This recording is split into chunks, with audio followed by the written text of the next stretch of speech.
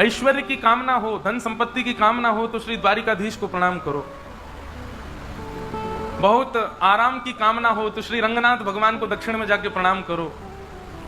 खूब संपत्ति की कामना हो तो श्री तिरुपति वेंकटेश भगवान को प्रणाम करो। तप और यज्ञ तप में हमारी निष्ठा बढ़े, हम थोड़ा तप कर पाए, ऐसी कामना हो तो श्री बद्रीनाथ भगवान को प्रणाम करो। रस की कामना हो, रस की उपासना करनी हो तो हमारे वृंदावन के ठाकुरों को प्रणाम करो। रस की भाव की कामना हो तो वृंदावन के ठाकुर या श्रीनाथ जी को प्रणाम करो। लेकिन प्रेम की कामना हो तो श्री जगन्नाथ जी को प्रणाम करो। श्री जगन्नाथ जी प्रेम प्रदायक ठाकुर जी हैं। बताओ 15 दिन क्या ठाकुर जी बीमार हो जाते हैं? क्यों होते हैं बीमार? बहुत सारी भावनाएं हैं। माधवदास नाम के भक्त थे, उनको एक रोग हो गया था। उनके रोग को ठाकुर जी ने अपने ऊपर ले लिया। श्री माधवदास जी इतने बीमार हो गए कि वो उठ भी नहीं पा रहे थे। तो श्री जगन्नाथ महाप्रभु उनके मल मूत्र से सने हुए वस्त्रों को धोने के लिए, कोई सेवक तो था नहीं उनके पास, तो जगन्नाथ जी को इतनी दया आई कि जगन्नाथ जी स्वयं आ गए वहां पर और उनके कक्ष में आकर के उनके वस्त्रों को धोने लगे। उनके अंग पर जो मलमूत्र आदि लग गया था, क्योंकि उठ तो पा नहीं रहे थे, उसको जगन्नाथ जी अपने हाथों से साफ करने लगे। माधवदास जी ने जब ये दृश्य देखा, स्वयं जगन्नाथ जी उनके घर पर आए हैं उनकी सेवा करने, माधवदास जी बहुत रोए। बोले नाथ, इसके लिए तो मैंने कभी भजन नहीं किया था कि आपकी स्थिति ऐसी कर दूं मैं। आप मेरे मलमूत्र से सने हुए वस्त्रों को धो रहे हैं, मेरे तन का स्पर्श कर रहे हैं, मुझे बहुत पीड़ा हो रही है नाथ। ठाकुर जी बोले आप भक्त लोग हमारी इतनी सेवा करते हैं, अगर हम आपकी थोड़ी बहुत करते हैं तो इसमें क्या बुराई? और आपकी इतनी दूषित स्थिति हो गई है, और ये तो बाहर का मल है माधवदास, तुम तो हृदय से परम पवित्र हो। मुझे बाहर की शुद्धता आकर्षित नहीं करती है, मैं तो हृदय की पवित्रता से आकर्षित होता हूं। बाहर से मलमूत्र से सने हो तो क्या हुआ, हृदय से तो परम पवित्र होना। माधवदास जी ने ठाकुर जी का हाथ पकड़ लिया, बोले आप सर्व समर्थवान हो, ये सब नाटक क्यों कर रहे हो? मेरे वस्त्र धो रहे हो, मेरे हाथ पांव साफ कर रहे हो, आप चाहो तो चुटकी बजा दो, मैं ठीक हो जाऊंगा। भगवान अगर दृष्टि से देख लें और वो व्यक्ति तब भी रोग में रहे तो ये कैसे भगवान? आप तो मेरे ऊपर दृष्टि डाल दीजिए ना, मेरे रोग को दूर कर दीजिए, रोग दूर हो जाएगा तो आपको मेरी सेवा नहीं करनी पड़ेगी, मैं भी प्रसन्न हो जाऊंगा। महाप्रभु जगन्नाथ जी कहते हैं ये तुम्हारे कर्मों का फल है, चाहे इस जन्म के चाहे पूर्व जन्म के। और यदि जीवन में किए गए या पूर्व जन्म में किए गए कर्मों का फल संसार में यदि नहीं भोगा गया, अभी तुम मान लो कि तुमने मुझसे प्रार्थना की और मैंने तुम्हारे कर्म फल को यदि काट दिया, तुम्हारे प्रारब्धों को यदि नष्ट कर दिया ना माधवदास, तो जो वो शेष रह जाएगा ना, जो तुमको भोगना है, उसको भोगने के लिए तुमको पुनर्जन्म लेना पड़ेगा। हम लोग जन्म क्यों लेते हैं? कई लोग जन्म लेते हैं कर्मों का बर्डन और बढ़ाने के लिए, और कई लोग जन्म लेते हैं अपने पूर्व जन्म के भी कर्मों के भोगों को भोग करके निवृत्त होने के लिए। वैसे तो वास्तव में जन्म हमारा निवृत्ति के लिए हुआ है, भोगने के लिए हुआ है, पूर्व के प्रारब्धों को भोगने के लिए, पूर्व के किए कर्मों को जीवन में सहने के लिए। लेकिन हम इतने क्या बताएं कौन हैं हम? यहां आए हैं पूर्व का सब लेगा जोखा समाप्त करने के लिए, पर उसको तो समाप्त करते हैं और ज्यादा बढ़ा लेते हैं। कर्जा खत्म तो करते नहीं, और ज्यादा दुगना सिर पर चढ़ा लेते हैं, और फिर इसी चक्कर में हम भटकते रहते हैं। पुनरपि जननम पुनरपि मरणम पुनरपि जननी जठरे शयनम। वास्तव में आध्यात्मिक होना, भक्ति पथ का पथिक होना, उसके लिए एक ही सूत्र है कि यह समझ जाओ कि आप जीवन में जो कुछ भी अनुभव कर रहे हैं, जो कुछ भी फेस कर रहे हैं, जो कुछ भी अपने जीवन में आप जिस स्थिति से लड़ रहे हैं, जूझ रहे हैं, ये सब आपके प्रारब्ध हैं। उन प्रारब्धों को भोगो, प्रारब्धों से लड़ो, दूसरा कुछ निर्माण मत करो।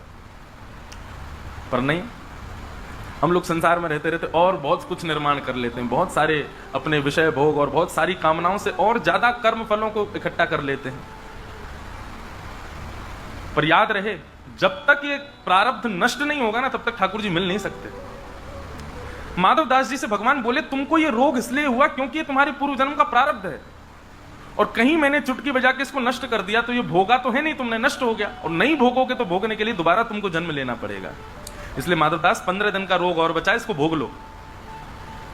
माधवदास बोले लेकिन शर्त है। बोले क्या? मुझे भोगने में कोई दिक्कत नहीं, मुझे कष्ट सहने में कोई दिक्कत, आप नहीं आओगे मेरे पास, ये सेवा एवा आप नहीं करोगे मेरी। जगन्नाथ जी बोले मैं तो करूंगा। अब जगन्नाथ जी में जिद लगी है, मैं सेवा करूंगा। माधवदास कह रहे हैं कि मैं आपको करने नहीं दूंगा, 15 दिन का अभी प्रारब्ध बचा है।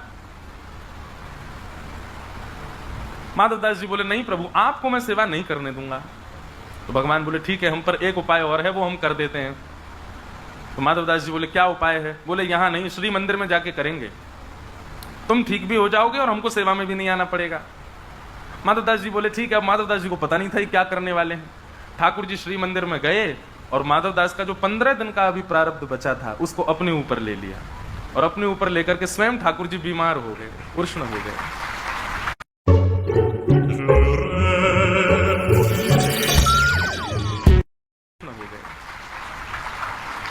बताओ, ठाकुर जी बीमार पड़ गए, तुम ताली बजा रहे हो। संसार में कोई बीमार पड़ता है आप ताली बजाते हो? वाह, तुम आईसीयू में चले गए, ओहो तुमको ग्लूकोज चढ़ रही है, ऐसे कौन करता है भाई? ताली क्यों बजाई आपने?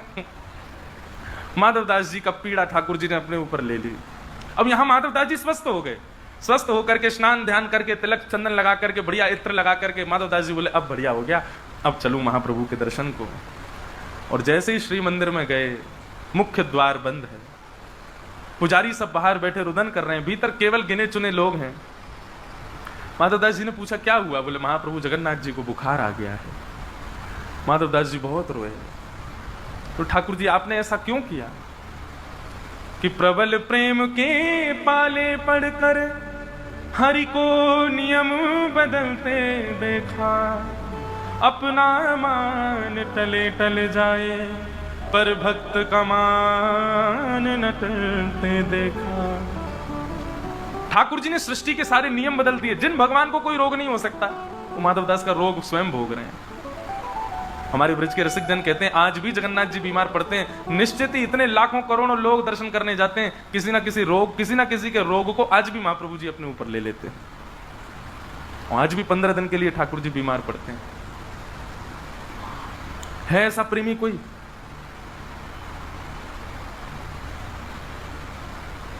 हमको कोई रोग हो जाए, कितना भी बड़ा प्रेम करने वाला व्यक्ति रोग लेगा हमारा? कभी नहीं ले सकता। कोरोना हो गया था, लोग बाग बच करके भागते थे, बोले हमको नहीं हो जाए कहीं इससे। लेकिन ये तो केवल प्रेम में ही हो सकता है, ये केवल महाप्रभु जगन्नाथ जी का ही। इसीलिए मैं कहता हूं प्रेम के अधिकारी केवल ठाकुर जी, क्योंकि उन जैसा कोई कर ही नहीं सकता। सबके रोगों को अपने ऊपर धारण कर लिया।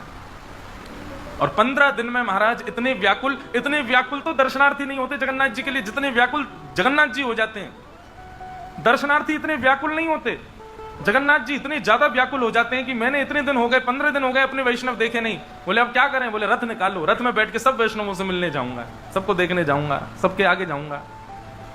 और महाराज उछलते उछलते आते हैं। अहे